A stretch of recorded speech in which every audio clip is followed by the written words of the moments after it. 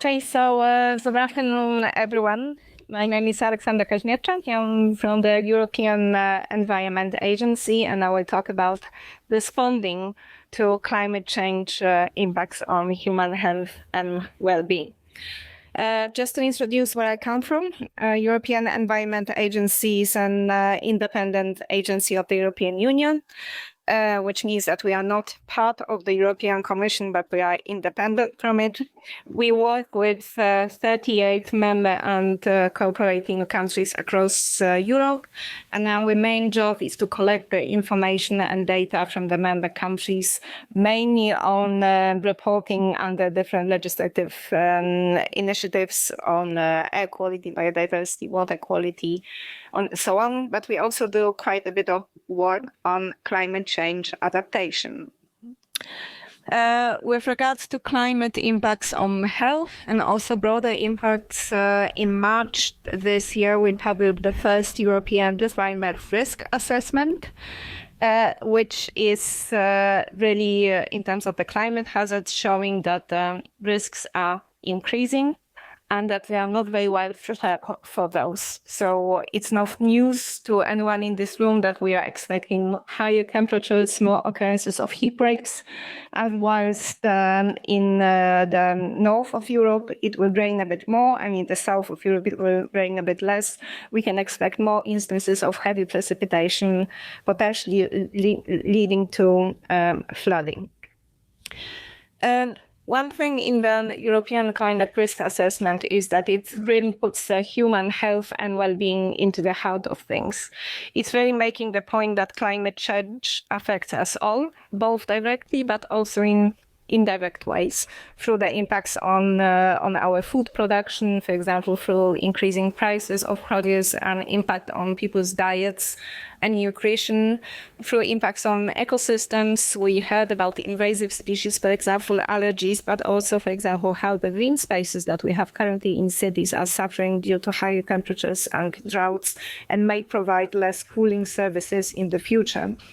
In terms of water, for example, the lower dilution of pollutants in drought periods or flooding causing the sort of flushing of pollutants into the rivers, and also impacts on infrastructure, transport, health infrastructure, schools. We also talked about it, and the economy and finance.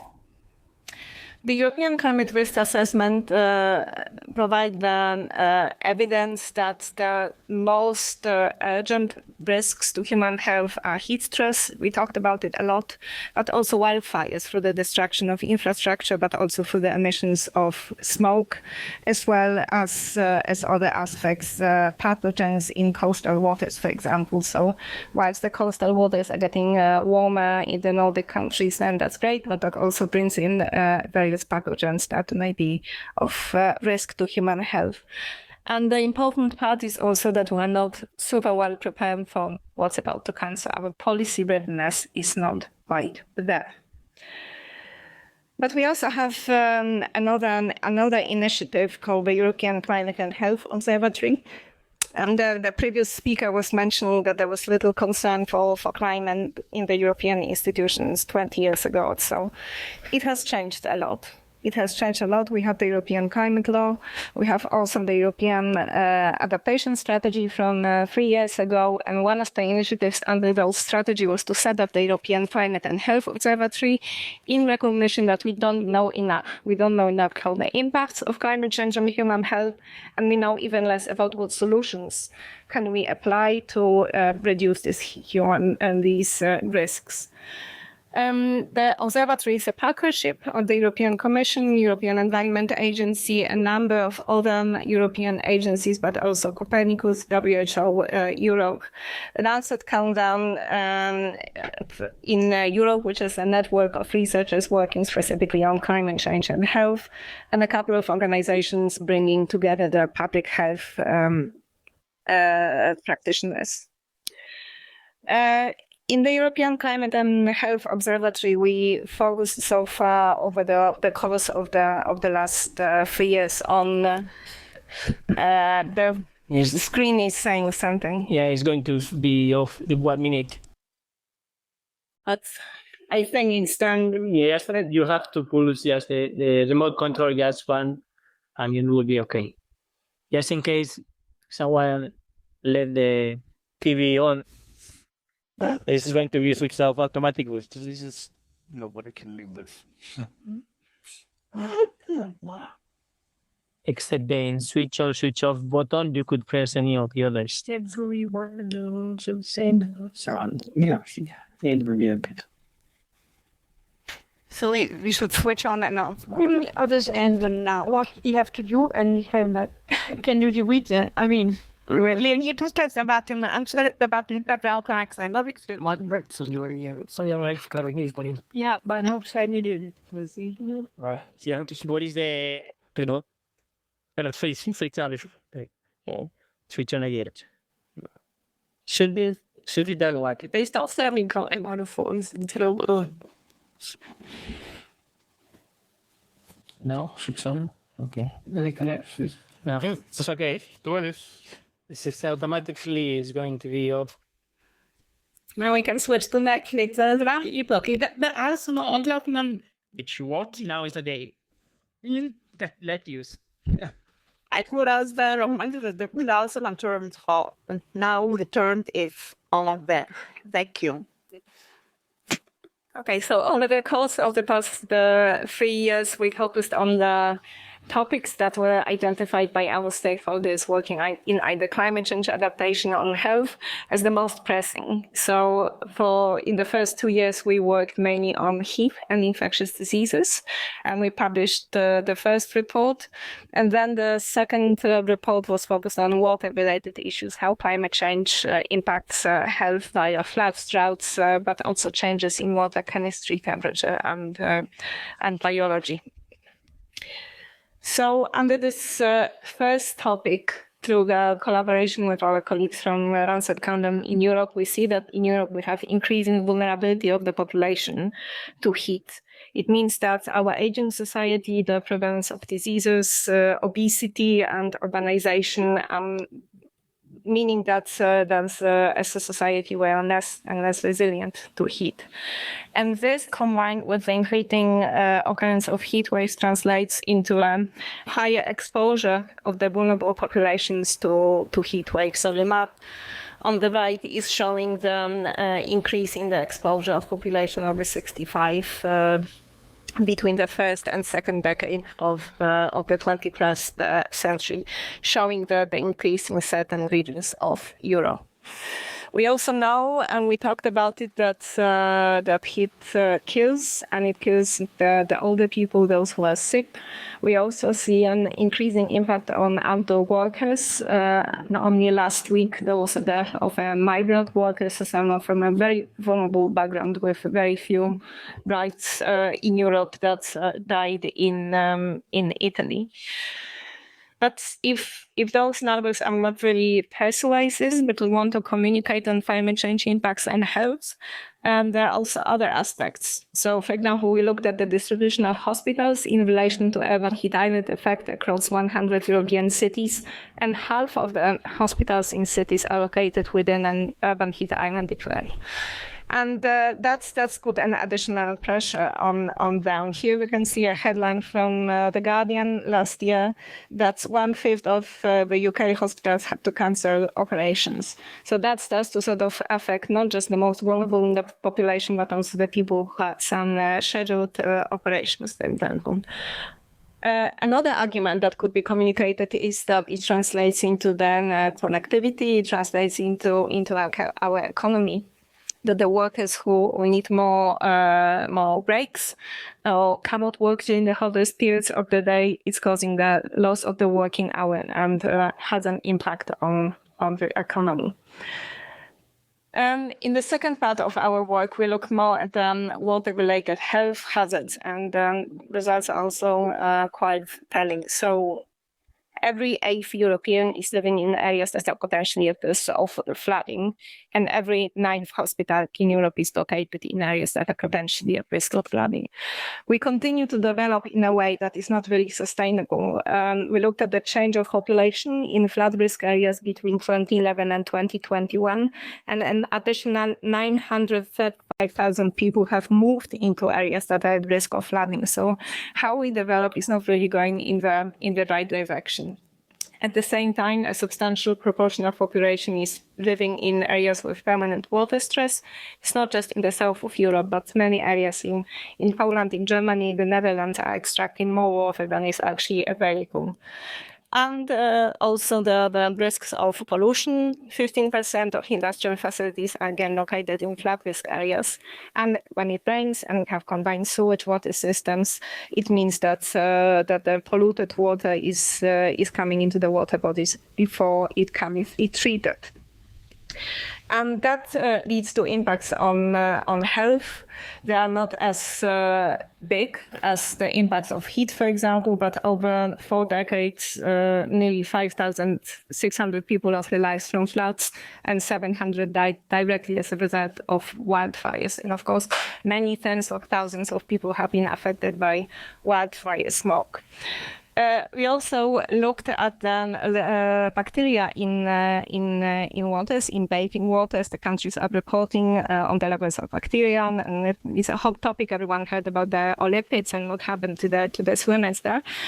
What we learned looking at the levels of bacteria reported, that they are twice as likely to be at dangerous levels if it rains in the preceding 3 days, if it rains heavily, if there is more than 20 millimeters of rain in 24 hours. So there's a very strong link between the extreme weather events and the likelihood of getting some nasty disease when using the water. The previous speaker covered the asthma and allergies, and I think what's also very important and hasn't been mentioned so far that much is the impacts on mental health.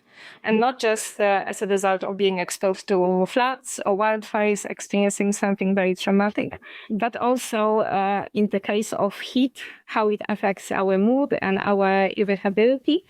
And also this concept of climate anxiety, especially affecting young people who are really, really concerned about the future.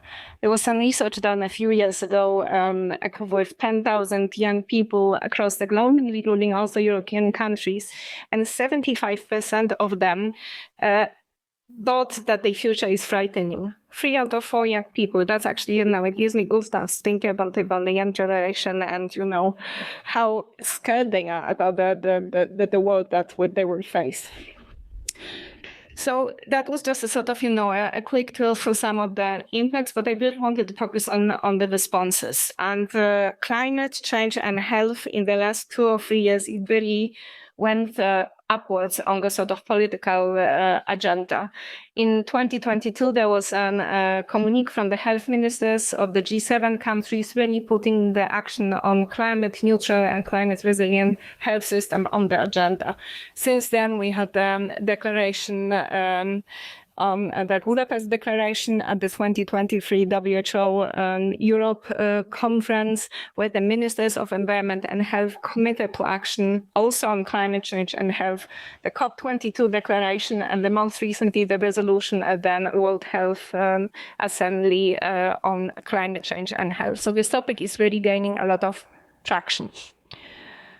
What we also see, as I mentioned, that the European environment agencies collecting data from countries through various reporting streams, and one of those reporting streams is under the regulation on the governance of the energy union. The countries are reporting on the adaptation activities, and they report, among others, about which sectors they see as vulnerable to climate change, and health is actually at the top. It's seen as the most vulnerable sector, so it's very high on the agenda of the national experts as well.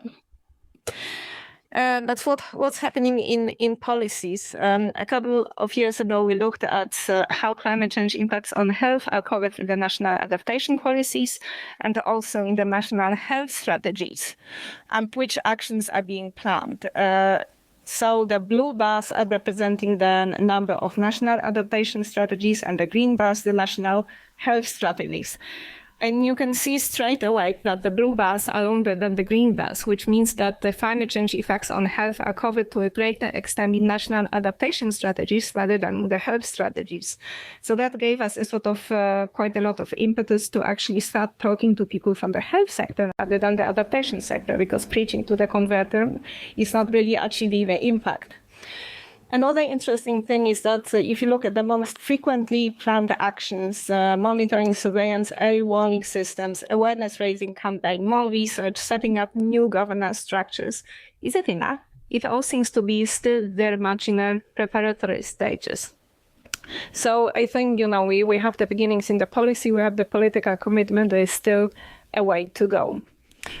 But, for example, talking about the surveillance, the top action. Over the past few months, we carried a survey with the National Public Health Institutes from 38 countries. We got the responses from 27. And asking, are you monitoring for any health-related health impacts? So it was not just on mortality, but also on mobility.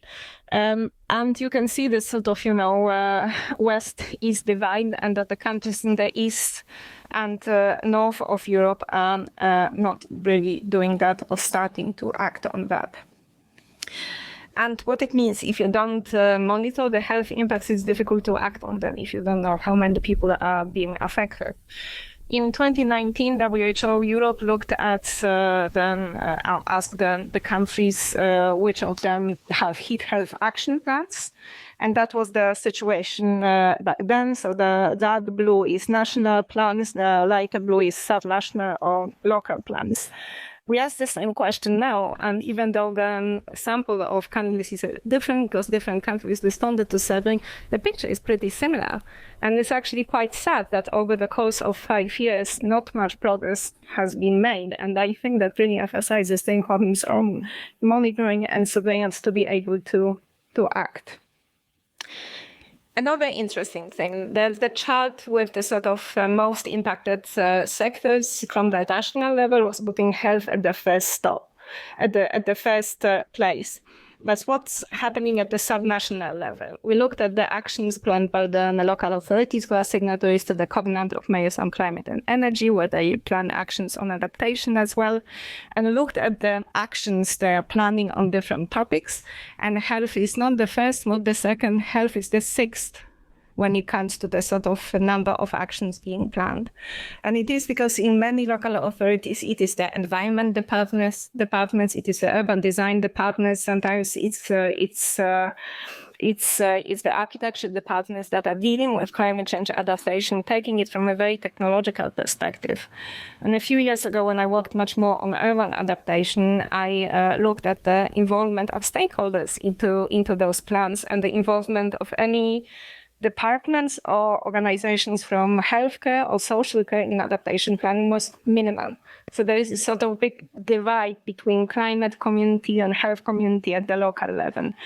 And the concerning thing is that most of the national adaptation strategies are saying very clearly, it is the job of the subnational authorities to deliver on climate change adaptation. The regions, the provinces, the local authorities, you know what your vulnerabilities are, you need to plan it.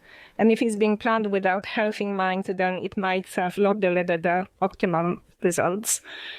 And the local authorities were highlighting barriers to working on public health, of course, not just knowledge and expertise, but also that it's still a local political priority at the local level, and also that they do not have the direct responsibility for healthcare.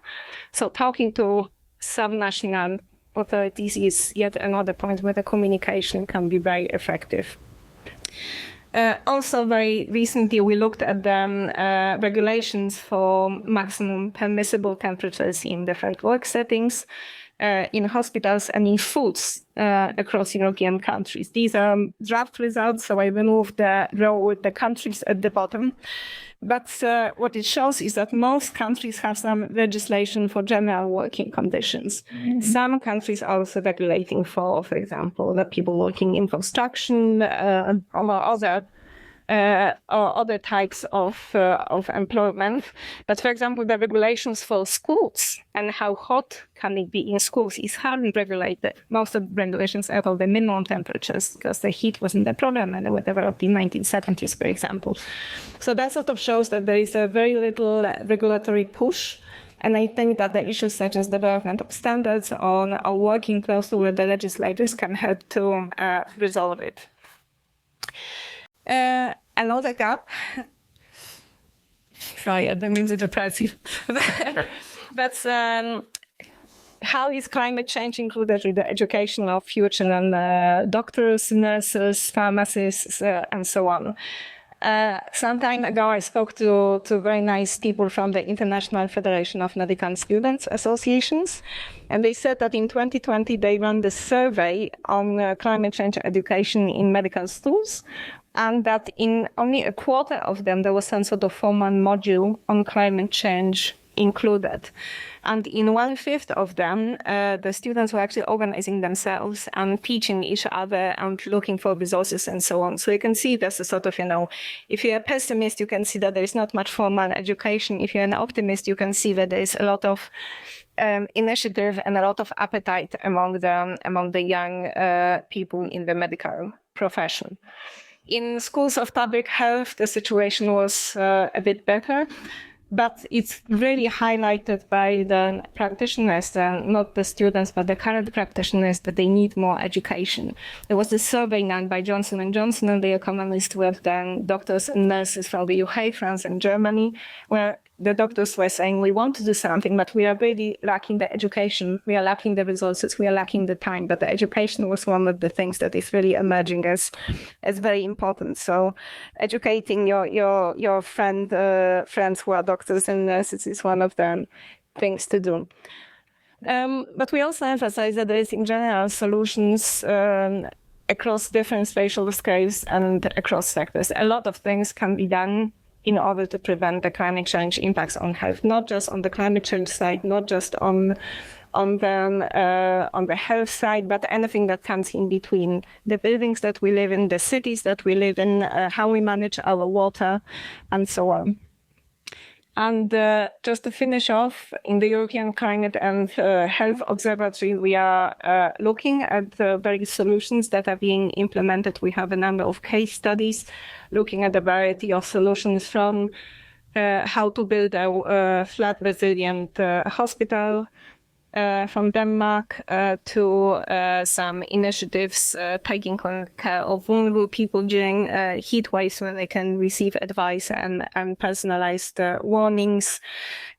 Response to the trauma, the mental trauma after floods that was offered to the victims of floods in Germany in 2020. A very nice campaign by the Healthcare Without Harm, educating nurses on climate change. And over the course of a few years, they managed to educate over 6,000 nurses who, as one of the most trusted professions, can then take the message both to the patients, but also to the doctors that they are working with. Some of the examples of regulations implemented as a response to the impact of heat in all people working in exposed population, in exposed situations, but also, for example, issues such as provision of drought insurance. Something that is not really talked so much about in the European context is that droughts are really affecting the mental health of farmers. We know from Australia and India and other world regions that it can be a very heavy burden. We start to see that in Europe as well. That's the unpredictability of the weather is affecting the farmers as well. So here's my usual plea to the audience. If you know of any interesting examples of solutions that have been implemented that can help to lessen the impact of climate change on health, then I would be very happy to hear from you. So that's it from my side, and please let me know if you have any questions or comments.